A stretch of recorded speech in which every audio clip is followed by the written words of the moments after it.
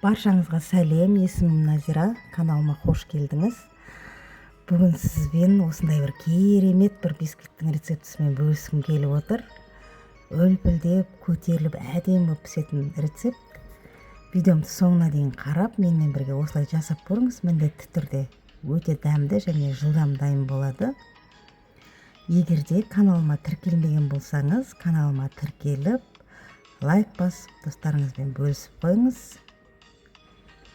Және де менімен бірге осылай осы бисквитный пирогты пісіріп көріңіз. Мінекей, көрдіңіз ба, арасы қандай әдемі болып пісіп шығады. Осы менің рецептіммен дәлме-дәл өлшеп салып пісірсеңіз, тура осындай болып шығады.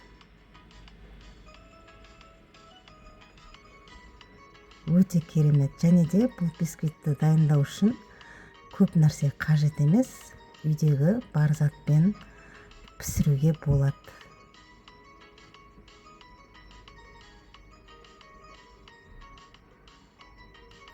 Енді бұл бисквитный пирогты дайындау үшін мен 5 жұмыртқаны сәл шұңғылтау ыдысқа жарып салып аламын да, оның үстіне 250 грамм шекер салып, миксермен әдемілеп араластырамын.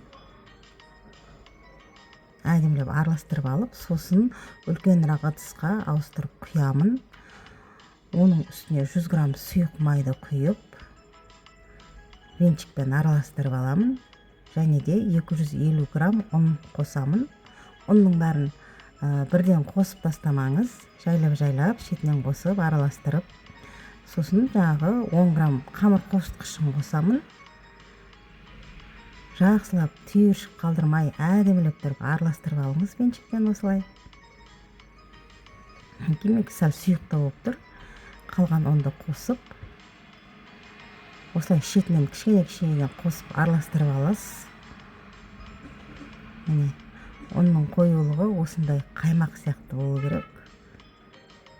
Тым қатты қою болып кетсе де болмайды. Енді жаңағы табаға мен алюминиевый фольгадан форма жоқ болғандықтан мен осылай жасап алдым өзіме.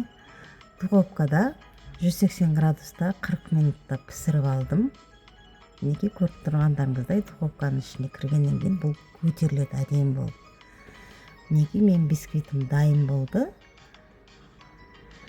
Өте керемет дәмді, иісі деген енді мүңкіп тұр. Міндетті түрде осылай жасап көріңіз. Ой пікіріңізді комментарий бөлімінде қалдырып қойыңыз.